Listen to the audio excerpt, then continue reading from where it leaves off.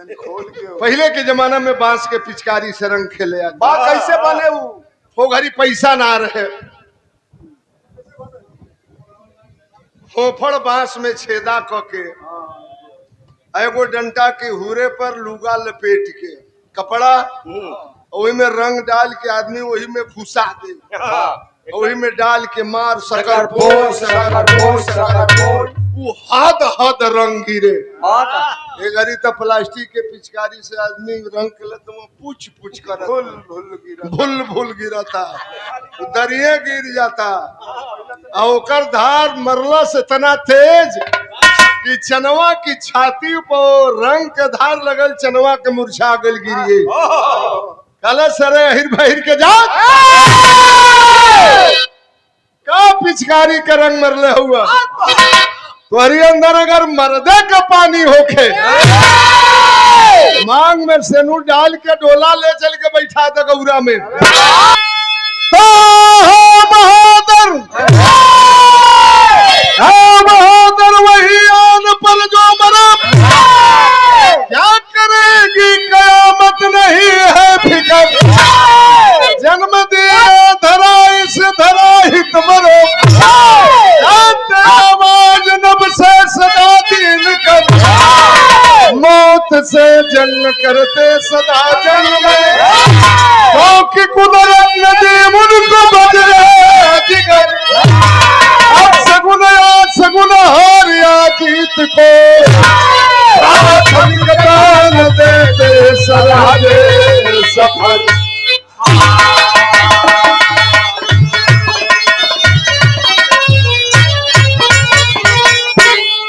बहादुर आदमी चल देता है लड़ाई के मैदान में, चाहे अखाड़े की पहलवानी हो, राजनीति की लड़ाई हो, कभी हारने और जीतने की परवाह नहीं करता। विरहा में कलान गजल के तर्जमा कौन है मास्टर?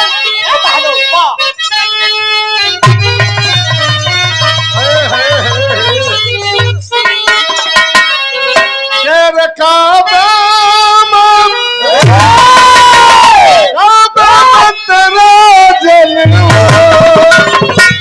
काशी में नजारा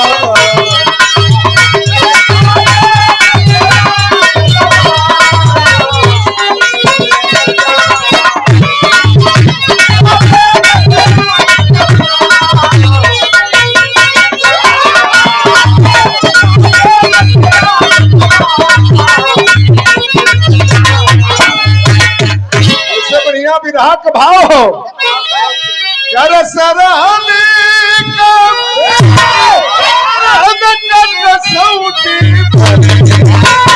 जो भी रहूं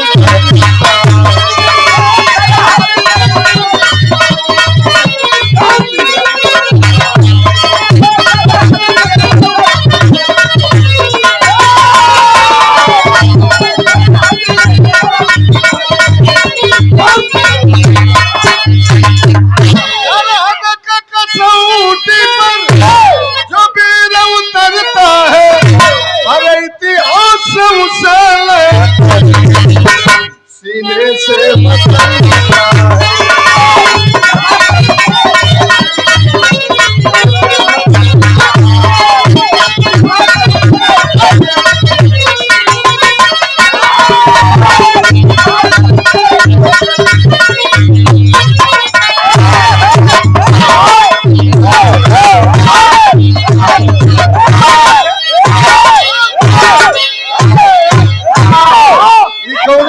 गाथा बम। आइए जौहरी शहर में भाव है।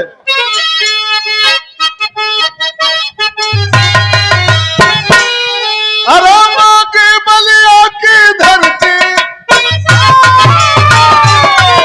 वरना हर भी तूफानी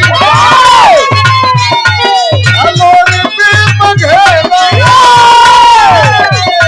जिसके पीछे जवान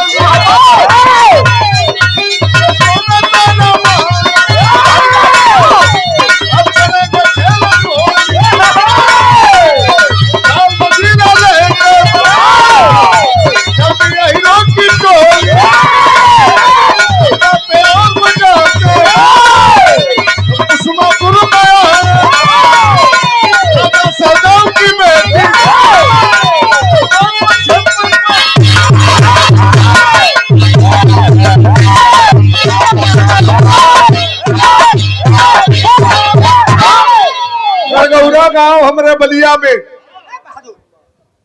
और हमरे गांव से 32 किलोमीटर की दूरी पर गढ़गौरा गांव। 500 यादवों का गांव गढ़गौरा गांव, जहां लोरी के जन्म रहल।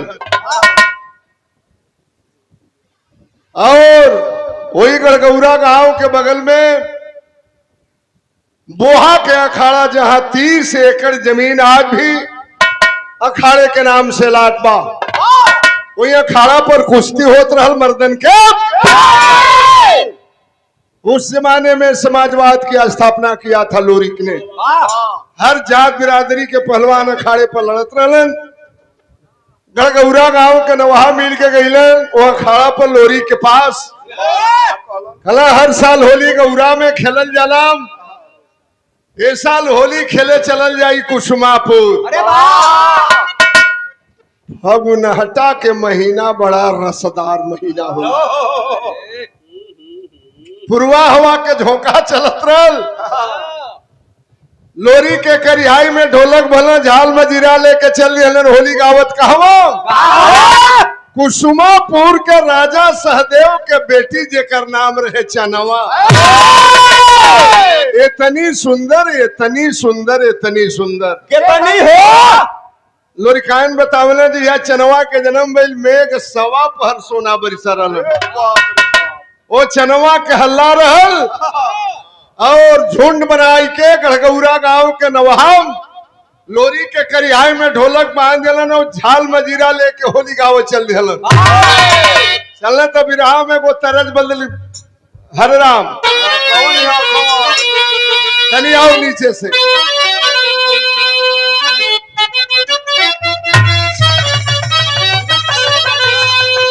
रामदेव गुरु से बिरहा हो कहते गीत के गावे। सावन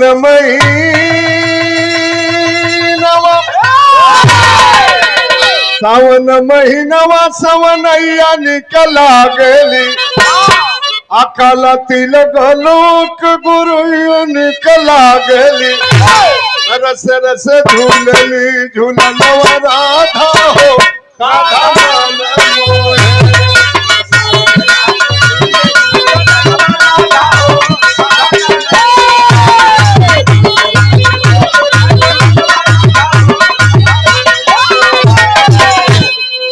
चल दिलस कुसुमापुर में होली गावत।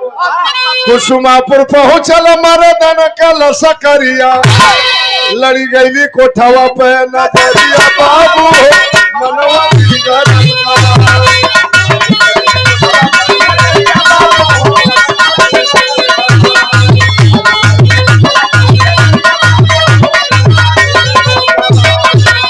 काली काली अखिया बचहरा गुलाबी। मस्त जताए बाटे चलिया सदा।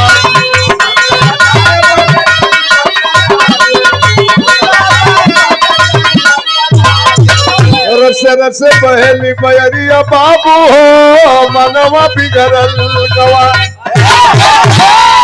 राजा सहदेव के हवेली पर होली गवाए लगल। राजा सहदेव के बेटी जेकर नाम रहे चनवा। वही कोठा पर चढ़ के स्नान कैले रहल। अच्छा बहुत आदमी के मर्द के घमंड होला तो मेहरारू के घमंड होला। वही छत पर चढ़ के स्नान कई के हाली हुली में ऊपर से साड़ी लपेट ले रहल, नीचे पेटीकोट भी ना पहले रहल, ऊपर ब्लाउज भी ना बाम। और पानी से साड़ी ओकरे शरीर में चपक गई रहल। अंग अंग चनवा के बुझाई की कपड़ा छेद के बाहर तौलिया से बाहर सुखवाई के। वही कोठा पर सामने शीशा रख के और शीशा के सामने चेहरा घुमा के ऐसे कहीं से लट फोरत रहल चनवा। जब ढोलक के आवाज गई लो चनवा की कान में, नीचे मुड़ी गाड़ के तकलस कलस है मनई। कहाँ का रहे वाला हुआ तू? ऐसे राजा सहदेव के हवेली पर होली गावे की हिम्मत हो गई। लोरी के नजर पर लोई छत के ऊपर अर्धनग्न बदन में। अरे वाह, अर्धनग्न में।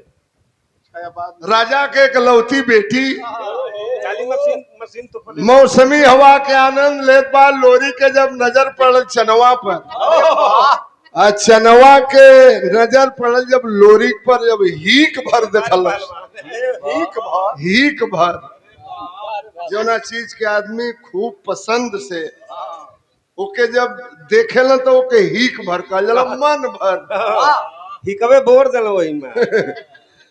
लोरी कहला हमरे नाव लोरी का गढ़गौरा गांव, बोरी खोइला ने हरिन के बेटवा हमरे नाव लोरी का। चनवा के हाथ से कहीं छूट गई रे। अहिरो वंश में भगवान ऐसा बेटा देलन का, कैसन मतारी है बेटा के कौना चक्की के आटा खियाई के पहलवान बनौले बे। ए भैया लोरी के अपनी नजर में बसा लेला चनवा। आप पिचुका में रंग भर के मरलस लोरी के ऊपर, शरीर रंग से सराबोर।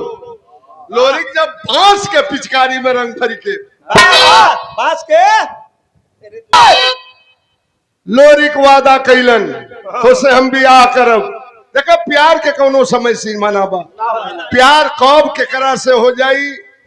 प्यार में न लोग आदमी करिया देखला, न बूढ़ न जवान, न मोट न पातर, हो जाता है प्यार किसी से हो जाता है। चनवा लोरिक में प्यार हो गई। इतने ले प्यार ना रहल, कितना ले रहे। लोरिक चनवा राती खा वादा कई के लुक छिप के सिवाने में, खेते में, नहरी पर, नदी के तीरे मिले लगल। पूरा दवरी ना थे जाके। ई प्यार है। अरे प्यार, प्यार के रोक जके धर ले देह ना धरी को उदय जलिल धरे ना ओकर देह सूख के जैसे उखी के परवाह होला, वही तरह देह झुराए लगी। ए भैया प्यार हो गई। तबले संवरू दादा लोरी के बड़का भैया लोरी के शादी तय कैला। कहा ये मिर्जापुर में अगोरी, अगोरी किला के राजा रहल मुलागित, अत्याचारी राजा रहल। वही मुलागित राजा के अगोरी में वो माहर यहिर के बेटी जन्म लेला जेकर नाम रहे मंजरी। मुलागित राजा न्यायी राजा रहल। लोरिकायन में लुरकी गावे वाला बतावेलन वो राज में कवनो जात के घरे अगर बेटी पैदा हो उस सौरिये में ले जाके धागा बांध दे। और लड़की जब सयान होती थी पहली रात अपने हवेली में बिताता था। वही माहर हर के बेटी जन्म दिलस मंजरी, कलाई में धागा बांध दिलस मुलागित। मंजरी सयान भइल, सोच गई माहर हमरे बेटी के आबरू चल जाई। पहुंचल वही बागी बलिया की धरती पर, गढ़गौरा गांव में 52 हाथ के लमहर माटी के खमिया रहल लोरी के। बोली खोइलन महतारी वही खमिया में बैठ के कहतरी में दही महत रहल। अखाड़ा से लोरी की लड़के अलन और माहर वही माई मंजरी क्षमा करे वो बुढ़ी खोइलन की पैर पर पगड़ी रखलन और फराज साज के लोरी के लेके गए नगोरी में। मुलागित के गर्दन काट के मजरी के मांग में सेनू डाल के डोला ले आके बैठा देला गौरा में। अच्छा ये बात के जानकारी हो गई चनवा के। कलश की प्यार हमसे कैला, बियाह करे के हमसे वादा कैले रहलन। का हमरो ले निमन मेहरारू पैदा हो गई। तनिया चली गौरा में वो मेहरारू के देखे बदे रच रच के सिंगार कैला चनवा। 15 गो सिंगार कैले रहल। सुरहवा ना एगो बाकी रहे। सिंगार कई के जब पहुंचल गौरा में मजरी डोरी घड़ीला लेके कुआं पर पानी भरत रहल। मजरियो सुंदर रहल। चनवा जब घुघटा हटा के देखलस मजरी के कलश हो कैसे से हम बोली बतियाई तो बोले बतियावे के गो बहाना कैलस। कैसे तरह जी हाँ बा मेला का गीत बा। कैसे कैसे कैसे देखा गीत के भी प्रकार बा। हरे राम एगो मेलही गीत होले, एगो जातसार के गीत होले, जाता पीसत में मेहरारू गावेली, मेले ही गीत मेला में मेहरारू गावेली। एगो जातसार के गीत बता दिए कि बिरहा में कहू ना बतौले हुई। एगो मेहरारू जाता पीसत बारे भिखारी ठाकुर, ओकर पति कलकत्ता चल गई बड़न। एगो वही गांव के बटोही जात रहल कलकत्ता में, कहल से सुना जात हुआ ते मरी पति के एगो हमार सनेश कह दिह। कहलस कि हम के तरह पहचानब कि उहे तोहार मरद हुआ तो मेहरारू बतौले रहे के जतसार गीत कहल जाला कि धोती पट धरिया धई कम अरे कन्हवा पर चदरिया हो बबरिया धरी के ना, अरे बबरिया धरी के ना होई है कवनो सहरिया हो बबरिया धरी के ना।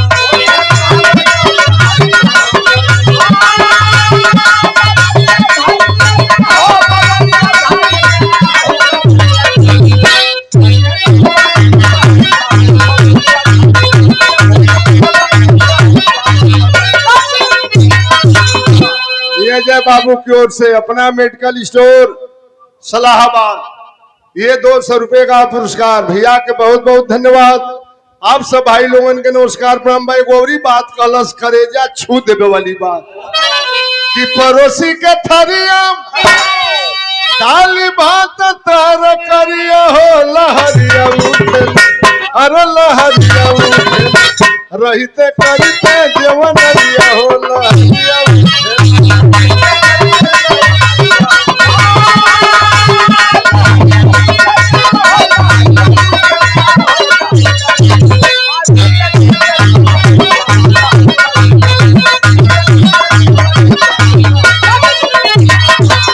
एगो में लही गीत होले, मेला में मेहरारू गावेली, अरे कतही होई है सड़क पर, अरे लखात होई है कतही होई है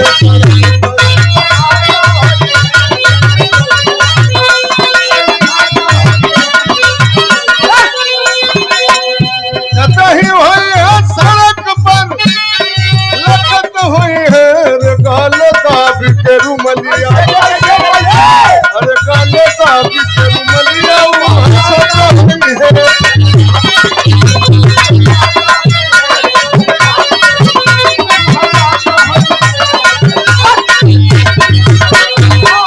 चनवा मजरी से मजाक करत बे भौजी, कैसे नहीं हरे के रितिया तोहार भौजी।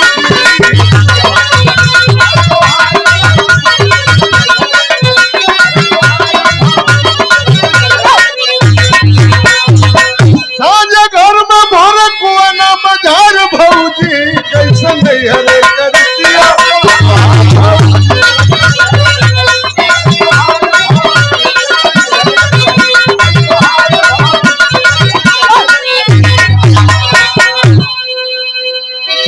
मुकुल का गीत सुनबा। 100 रुपया के पुरस्कार अच्छा के बाद में बता दी हमरे उपेंद्र भैया की ओर से। भैया के बहुत बहुत धन्यवाद। आप सब भाई लोगों के नमस्कार प्रणाम। बकल सर ही कवन तोहरी नगर का नियम बा कि नियो दिन अइले ना भइल ससुरा में कनिया नियर घर में रहे के चाहिए। डोरी घड़ी ला लेके कुआं पर पानी भरे आ गईलू त मजाक कैलस, मजरी घुघटा हटा के देखलस, कलस अरे कवन मेहरारू हो। एगो लड़का रलो गहुआ में कलस है मजरी भौजी और केहू नहीं है, एकर नाव चनवा है, थोड़ी मरद लोरी के फसौले है, एने ओने जाकर हरी उखी में मजा काटे ले।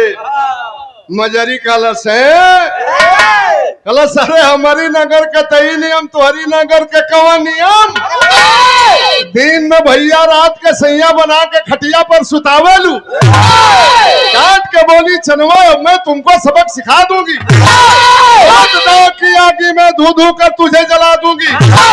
मजरी बोली रे पापिन तू जरा शर्म न खाती है, बहना के रिश्ते में पापिन तू दाग लगाती है। खोड़ार में रमधनिया के, झोटा झोटी की आंधी है, आलू धनिया सोवा बैगन वो मुरई की बर्बादी है। इतना मजरी जब जवाब दिलस, वही बगल में रामधनी कोयरी 4 मंडा तरकारी बोले रहो, वही खेत में चनवा मजरी, झोंटा के झोंटी, लता के लूती, मुका के मुकी। वाह वाह, तोरहाऊ देखली तो तोरहाऊ देखली, तोरहाऊ देखले। मेहरारू जब असली रूप में आ जाइए, हाँ तनी भाव दिखावा उन्हें को। जब दुर्गा के रूप में आ जाइए, साड़ी हटा हटा कुल झगड़ा करे। अरे प्रधान जी बात, प्रधानी काल वाला बात बताओ। अच्छा, जब हम 95 में पहली बार अपनी गांव के प्रधान भइली, अरे वाह, साला जिंदगी में बाउर तो बाउर है, निमनो काम करो तो कबो कबो बाउर हो जाला। हमरे गौवा के बगलिया एगो फुरवा है, 2 घर जात के गोड़ीन, एगो गोड़िनिया के मर्दा कलकत्ता नौकरी करत है, एगो घरवा भरसाई झोंके। तादेश राल प्रधानन के भूमिहीनों को पट्टा करने का, 1 मंडा जमीन जवन घरवा रहे गुणवा वो करी मेहरुआ के नाम से 1 मंडा जमीन पट्टा कर दिली। अब रोज झगड़ा कर से आपस में, कैसे कैसे। अच्छा जवना के पट्टा ना के लेली वो के आके हमसे कहे के चाहिए कि हमरे दया दिन के 1 मंडा दे दिला प्रधान, हमरो के दे दा, तो बात अलगा बा। वो दोनों झगड़ा कर से रोज रोज। कैसे हम जात रही पंचायत में, पलानी के आ रहे, दोनों आपस में झगड़ा कैले रही। सब जमुना के पट्टा कैले रही, वो करा से कही कि जो जो जो तू करवा ले, जो करवा ले, जो करवा ले, माने पट्टा करवा ले। ओकर कहे के मतलब ही रहल जमुना के पट्टा ना कैले ली, साड़ी उठा के कैसे कैसे कैसे एकदम अर्धनग्न हो खाली मशीन तो पले रहे, केना दिखावत रहे। वो साड़ी उठा के कल सारे हाँ रे हाँ, हाँ। जिंदगी भर के छिनार धनवा के रखले बड़े, प्रधानवा के रखले बड़े। ए तरह के झगड़ा मेहरारू चनवा मजरी दोनों झगड़ा कैले बड़ी से साड़ी उठा उठा के। रामधनी कोयरी तरकारी बेच के इलन, हमार 4 मंडा के तरकारी नुकसान हो गई। हमार बाल बच्चा कैसे जी है के इन्हीं से झगड़ा करी। गैला खाड़ा पर लोरी के पास में हमार बाल बच्चा कैसे जी है, मंगरा घोड़ा के सवारी कैला लोरी अला गौरा में दोनों भैंसा नियर बाजत रहली सब। भाई नेचुरल और आर्टिफिशियल में बड़ा अंतर होता है। मजरी भी यही मेहरारू रहल, दौड़ के जाके घर में लुका गई। चनवा वही जगह सनट के बैठी, हाँ लागल मशीन दिखावे। लोरी कहले करे हो गई, जाए दे कलच का जाए दे, क्या करे के हमसे कहले रहला। अब बिना पूछले मजरी के डोला ले आके बैठा देला गौरा में। लोरी अंदर अगर मर दे के पानी होखे, आज के रात लेके भाग चलो वही हरदी केर बाजार, नहीं तो गौरा में जहर खा के जान दे दे। बाप रे बाप। लोरी को अदा कैल और रामू यादव भैया की ओर से ये 200 रुपए का पुरस्कार, भैया के बहुत बहुत नमस्कार बा। नाम चढ़ौले बनी, अब वो हम बाद में सुना दे। इनकर जवन फरमाइश हो एक सुन ले ओवन कैसेट वगैरह में, वो काम सुना दे के बाद में सुना दे। पहले गाना के सुना, भाव बिगड़ जाई। ए भैया लोरी कहला जैसन छप्पन वैसन घप्पन, चल तोरो से बियाह करब। बहादुर बा। नई ने बेली दुल्हन ले आके घर में बैठौले हुए। रामदेव गुरु से बिरहा होके थे को बात बतावे, 100 बात कहे, एको बात पूरा न हो, वो बात के कोनो अर्थ नहीं बा। ए धरती पर एक बात कहे, एगो वादा करम ओके पूरा कह दे, ये दुनिया में बात हो। लोरी कहला ठीक तो क्या महर्दी में लेके चलब। चनवा चल गई। धीरे धीरे जब रात बीते लगल, मजरी जान गई रहल। आज आई रहल है कोनो न कोनो लकड़ी आज लगौले बे। खाना उन्हें खैले लोरी के मजरी वही लोरी के लेके खटिया पर सूत गई और उनकर अंगूरी यही दांत से दबौले बे। राजा क्या बात है। यही तरह दबौले बे कि जाए लगे तो हम जान जाई। अच्छा बकरी लकड़ी चबाली से तबेरा पौननी के चाहेला। अब अनाज के गर्मी लोरी के मजरी दोनों सुतला कुल झोरला झरला हल्का गई। अब लोरी के नींद आ गई। माई दुर्गा पहुंचलीन और जाके थप्पड़ मरली वही लोरी के।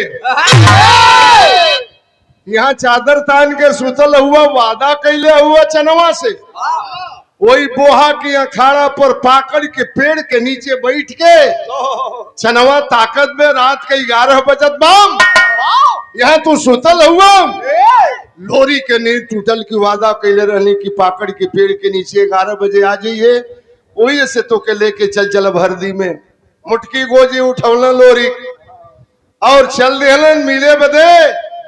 रास्ता में गईला तो संवरू दादा गैयन के बीच में सुतरल वही सिवाने में गैयन के छान के और गैयन के बीच में सुतरल सोचला कि चली चली और भैया से तनी दुआ बंदगी कहले अब तक ई साथ छुटते बा वादा तो वादा लोरिक जान गिलन के हमार भाई संवरू जान गिलन हमार भाई आज हमसे रिश्ता तोड़ के जात बा। संवरू दादा पैर पकड़ के लोरी के रोवे लगल। तनी यहाँ चनैनी के गीत आ गए बंद। अरे संवरू कहलन के लोरी आ बहनिया मान जाइबो आपतिया रे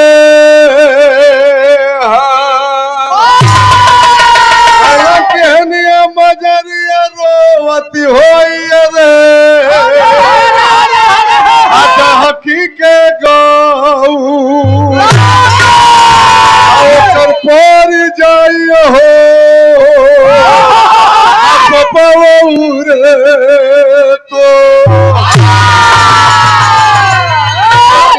तो लोरी के भाई छोड़ा के जब चलन हुआ वो बोहा के अखाड़ा के तरफ तेरी में कभी जी भाव लिखलन। अरे दिखलाया समाजवाद को जिसने दिखलाया समाजवाद को जिसने बोहा वाला लोरी की यादव कुल का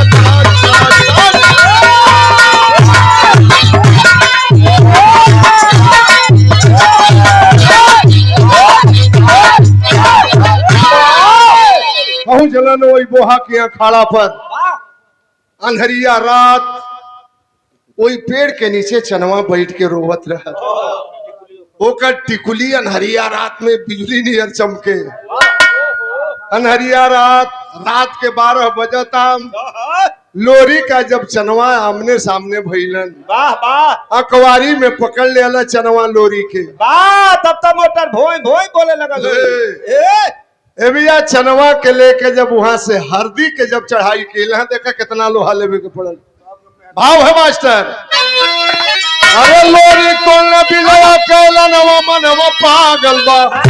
अरे चनवा करती पोखरे में नहनवा मनवा पागल।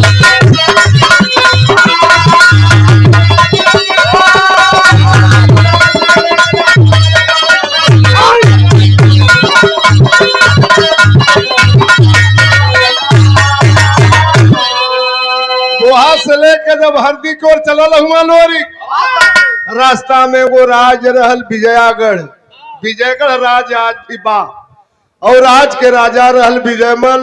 वो राजा के ऐलान रहल कि जे हमरे पोखरा का पानी पी ओकर हमसे लड़ाई हुई जीती तो हमार गर्दन काटी हारी तो ओकर गर्दन काटब।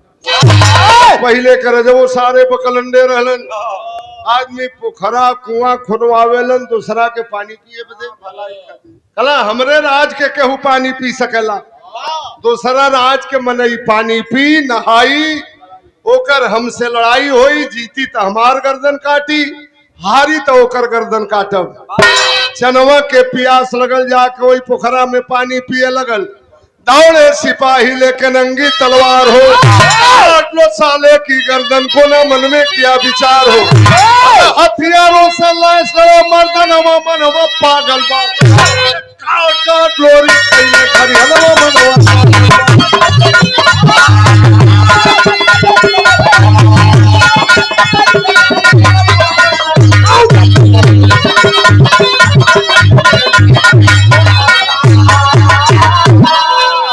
नौ सौ नवासी सिपाही राजा विजयमल भेजलस, लोरिक से लड़ाई भई। 989 सिपाही के गर्दन काट के जेकरे दाहिना भुजा पर माई दुर्गा और बाएं भुजा पर माई बनशक्ति, 989 सिपाही के गर्दन काट के खून के नदी बहवा दिहलन। आखिरी वक्त में राजा विजयमल सोने के मुकुट पहिर के चलल लड़े बदे, तई दूसर का लोहा लगे जात बा।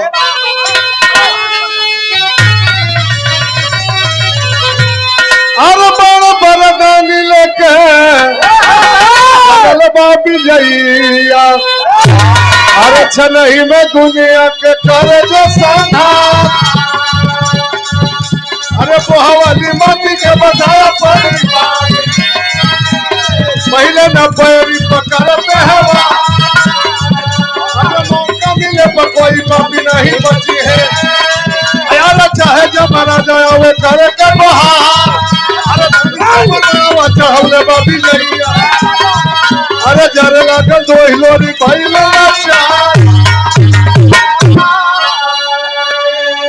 बरदानी बाण पौले रहल राजा विजयमल, बाण चलावे वो करी तेगा से आगी बरिसे लगल, लोरी के देह जरे लगल। लड़ाई के मैदान में माई बनशक्ति दुर्गा के याद कैली हम, लोरी के बबुआ के रूप बनाई के, नन्हा मुन्हा बालक बनाई के, स्तन के दूध पियावत माई दुर्गा लेके गलिए बाबा ब्रह्मा के पवन द्वार।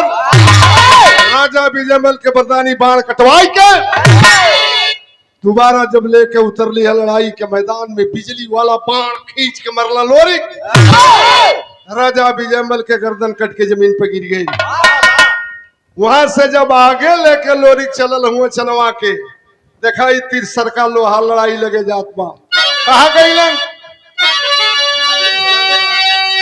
अरे चन्ना सुंदरी बाबू, चन्ना सुंदरी भैया, चन्ना सुंदरी लोरी कई दिहला पाए जवान, चन्ना सुंदरी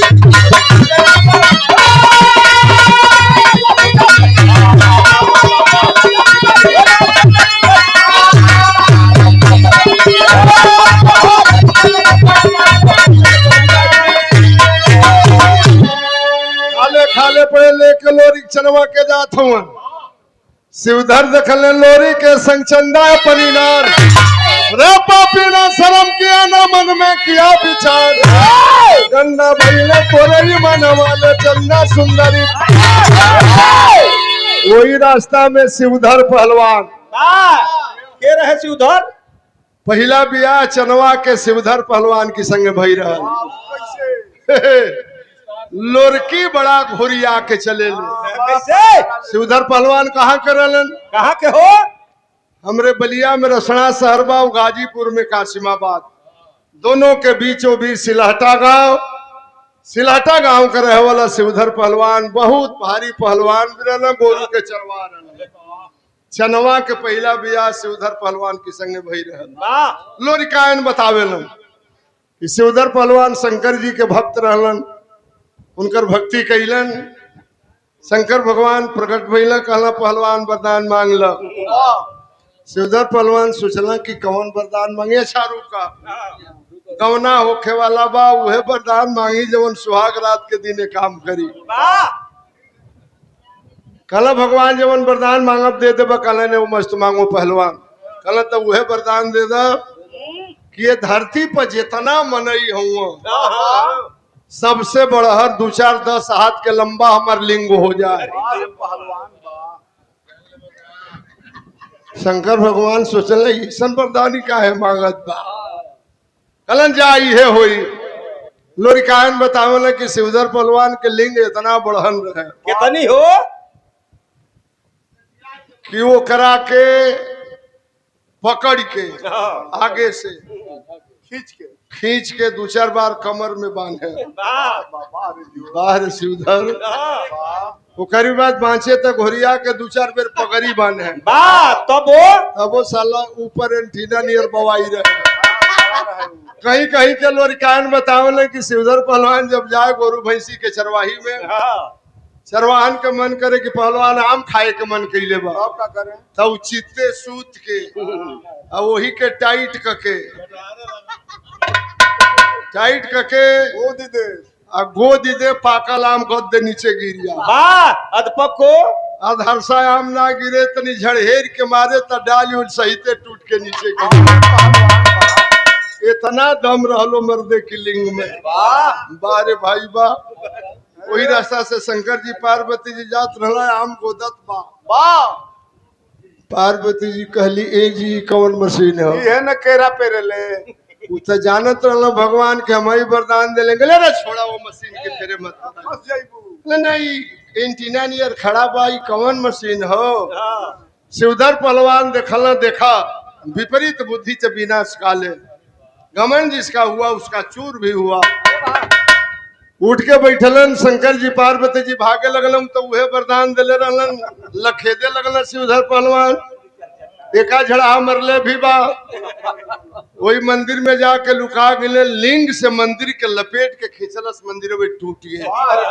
सब भोलेनाथ का वरदान था शंकर भगवान ने श्राप दे दिया जाओ बिना लिंग का हो जाओ है श्राप लगल सुहाग रात के दिने गईला शिवधर पहलवान समन्वय नहीं बा कमवा के ना होई आके नैहर में गुजारा करे लगा लोरिक से प्यार भाई लोरिक के लेके जब गईला हरदी के तरफ वही रास्ता में शिवधर पहलवान गाय चरावत रहला कहला भैया ये हमरे मेहरारू के कहाँ लेके जात हुआ ये हमार माल है ये हमार माल हो कहला नहीं हमारी हो लोरी कहला हमारी हो का कहला चनवा कहला झगड़ा मत करा जा हम बतावत है हम के करे संगे जाई हम लोरी तोरी संगे जाए किन की संगे रहबे वो शर्त बा चनवा बोली दोनों में अब जम के होई लड़ाई फटके वाला सेनोरो कर हम बनबे खास लुगाई शिवधर लोरी भिड़गा नवाले चंदा